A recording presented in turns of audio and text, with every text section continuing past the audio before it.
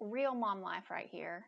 This is the second time I'm recording this video because the first time I thought I was recording, I took a simple picture and proceeded to go through this entire list of mom hacks, and I took a single picture. Welcome. Have you ever wanted to have tips and tricks or mom hacks to make mom life easier? I know I have. And today I'm here to share with you the top 20 mom hacks, in my opinion, to make your life easier. Without further ado, let's get started. Hack number 1. After washing your fruit and draining them well, put that fruit in a clear container. Then get a paper towel, fold it in half, so double layer, put that paper towel directly on top of the fruit. Put a lid on that container and turn it upside down and put it in the fridge. So the moisture from the fruit will be absorbed by the paper towel. And I promise you, your fruit, your veggies will last longer in the fridge. Hack number 2. Bathe your child, younger child, in a laundry basket in the bathtub.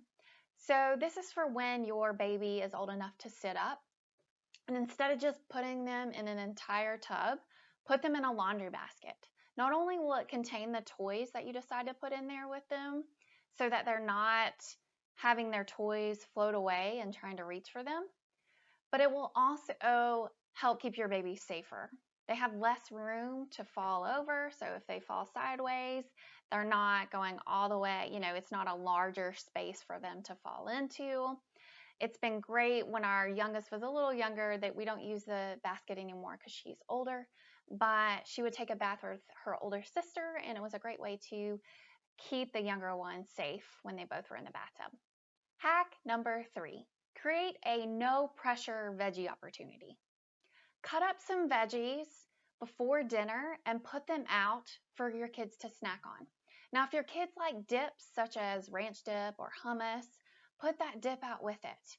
Don't pressure them to try the veggies. Just say, I've cut up a snack over here, and if you're hungry, you're welcome to snack on it before dinner. It creates a new opportunity for them to potentially try new veggies. If you'd like to add some different veggies to your family meal times or snack times. And bonus points if you can get some fun food pics. We have some food pics that have animals on them, or you can get something fun to cut it up with. We have a wavy chopper that makes our veggies have waves to them and just adds some fun to eating your vegetables. Hack number 4, create an oops kit for the vehicle and include the following: an extra change of clothes, and that means an extra change of clothes for each family member in separate grocery bags, because if your baby has a blowout, you're going to need that extra grocery bag and not just dump everybody else's clothes in the floorboard. So extra change of clothes, wet wipes, some cash, a few non-perishable snacks, a flashlight, a blanket, and a first aid kit. And don't forget with the extra set of clothes to change them out each season so that you don't have tank tops in the middle of winter. Hack number 5. Cut up kids' food using kitchen shears, so kitchen scissors, instead of knives sometimes, depending on the food. So I have cut up pizza, I've cut up chicken, I've cut up other types of meats, I've cut up softer fruits and vegetables, and it just takes less time for me personally to cut them up with scissors instead of using a knife. You can also use a plastic pizza cutter. That's another tip. We have a plastic pizza cutter that we use for a cut up quesadillas or other thin food items, and your child can even practice their cutting using that pizza cutter as well. Hack number 6, freeze marshmallows and use it as an ice pack the next time your kid has an accident. So as the marshmallow melts, it molds to the skin and really works. And it's fun for kids to be like, I've got marshmallows as an ice pack, so try that next time. Hack number 7, give your kids choices. I love the power of 3. So give them 3 choices for as many different things day to day as you can. So whether that's 3 choices of outfits, 3 different pants or shirts, 3 different time limits. So would you rather have 3 minutes, 5 minutes, or 6 minutes, depending on what your boundaries are there, as far as time limit for playtime? Or 3 cups during meal times. Allowing them a choice in most matters is very powerful, but then you create the boundary by limiting the choices to 3. Hack number 8, have your kids put their dirty socks in a basket or a bin as soon as they come in. So when their shoes go off, their socks come off as well. Bonus tip is to get a clear cereal container or a small, narrow trash can for each family member, and then line that trash can or cereal container with a mesh laundry bag. So each family member has a bin, a container, or a trash bag or trash can, and they'll put their dirty socks in there as soon as they get in.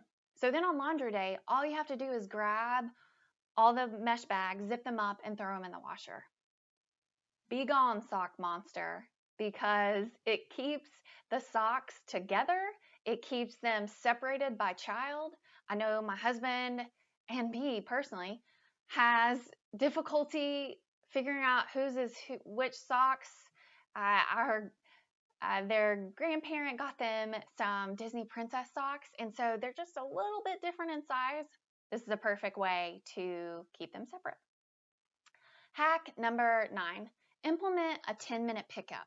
So 10-minute pickups are perfect for after dinner. They're perfect for transition times between activities throughout the day. I want you to set a timer, turn on some music, dance around, and pick up as a family.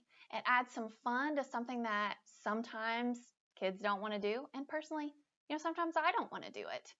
And let them choose the music or rotate who gets to choose the music. And that 10 minutes, when you work together, because teamwork makes the dream work, folks. When you work together, you can get more done in less time. And it's fun. It can be family time during that 10-minute pickup. So change your mindset about picking up toys, picking up clothing, whatever it is. Hack number 10, instead of buying birthday cards, I want you to buy some colorful cardstock and then have your child create the birthday card, the get well card, the congratulations card, the thank you card, and use that instead of a purchased one. Not only are you adding some creativity and special, unique love to each of those cards, but usually, almost always, you're going to save money by doing this. Hack number 11, keep an empty storage container in your child's closets. As pieces of clothing get too small, throw them in the wash. When they come out of the wash, quickly fold them and put them in the bin. And then when the bin gets full of clothing that was too small, put a lid on it, label it with the clothing size, and then put it in your storage area. Put a new bin in the closet that's empty and repeat the same process.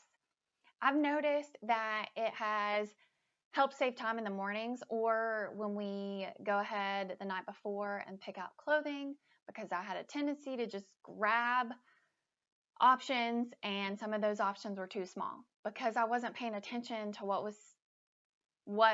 they had outgrown, and so I was just putting it back in the drawers or in their closets, and so this has been time saving for us. Hack number 12, layering in the crib. Let me explain what that means. Layer the crib with a mattress pad, a crib sheet, another mattress pad, and another crib sheet. You're going to save time when there are accidents in the middle of the night. And save time anytime for that matter, during nap time or during laundry day. You'll just pull off a fitted sheet and then a mattress pad and you'll be left with an already made crib. And it's just been, it'll help protect, so the mattress pad in between helps protect the fitted sheet.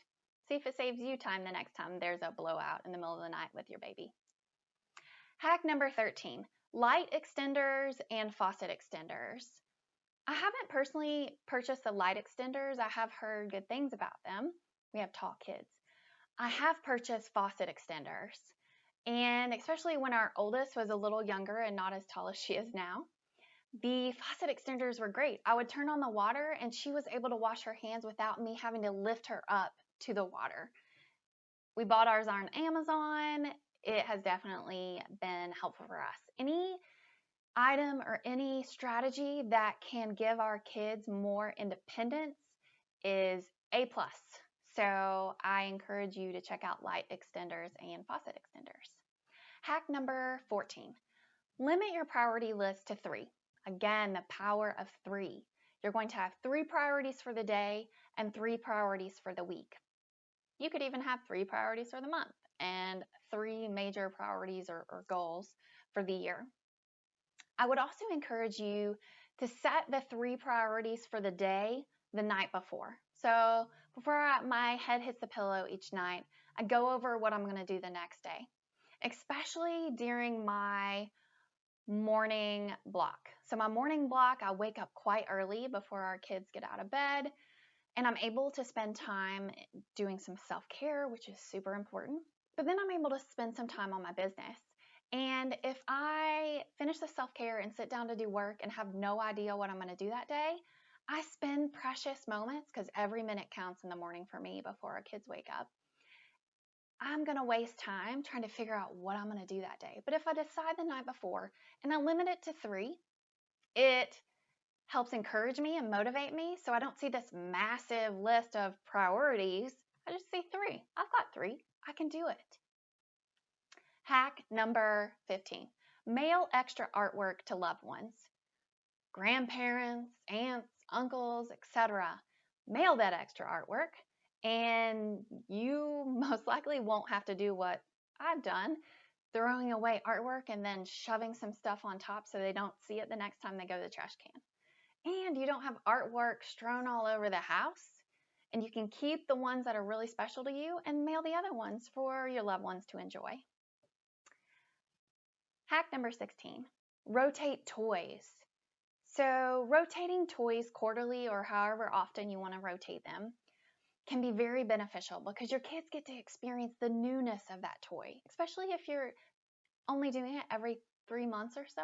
It gives them enough time to forget about it. We have 3 to 4 extra bins. So we have cube storage bins in our bonus room, and I bought some extra cloth cube containers, 3 to 4 extra. We have 4 extra. I fill those up with toys and I put them away in the closet. And then after that quarter is over, I pull 3 of the bins from the bonus room and put the ones that were in the closet right in there. And so our kids get to experience the newness of toys they had forgotten about.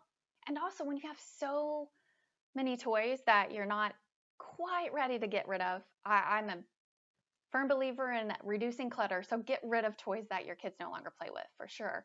But if you've still got toys they play with and enjoy, or you're looking at having future children, rotate those toys. And you're not going to have a massive pile of toys that they never play with, the toys at the bottom. Hack number 17, a shower caddy in the vehicle. So I'm a minivan mom. I drive a Honda Odyssey, and I love it, by the way. But our model has a space in between the passenger and the driver to, I believe it's for a purse or bags to put in there. I put a shower caddy that I found, I believe at the Dollar Tree, a clear one right there in the bottom, and you can store whatever you want in there. You can store wet wipes, hand sanitizer, tissues, paper towels, napkins, what have you. But the biggest benefit for me is that I have a large water bottle. I like to stay hydrated throughout the day, but my large water bottle didn't fit in the cup holder that came with our van, or the cup holders that came with our van. So I'm able to fit that large water bottle in one of the compartments of the shower caddy. Problem solved. Hack number 18, use a visual timer. Bonus points if that visual timer has red indicating how much time is left. Ours even has an animal that corresponds to each time increment. Ours goes in time increments of 5. So our 2.5-year-old can set the timer. I'll say, set the timer to the rabbit, and she'll know where to turn the timer to. It's a great visual for your kids to see. Instead of just saying, you have 5 minutes left. It's hard for them to have the concept of time. And when they can see how much red remains and how it's going down in time, they will take that opportunity to think about, that 5 minutes of play left. What am I going to do? Because I see that the timer is almost up. Visual timer. Hack number 19. When your kids are expressing big feelings, validation is a helpful tool. Try saying, I see that you are blank. Fill in the blank. Name the feeling and why you think they're feeling that way. For example, if our 2.5-year-old is crying and I witness what took place, I'll go up to her and say, I see that you're sad.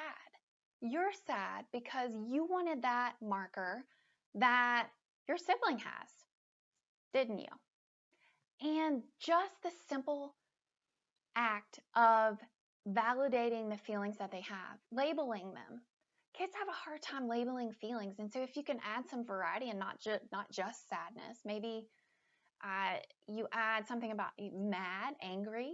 You can add shy, add different, and then add positive feelings. I see you're happy about that.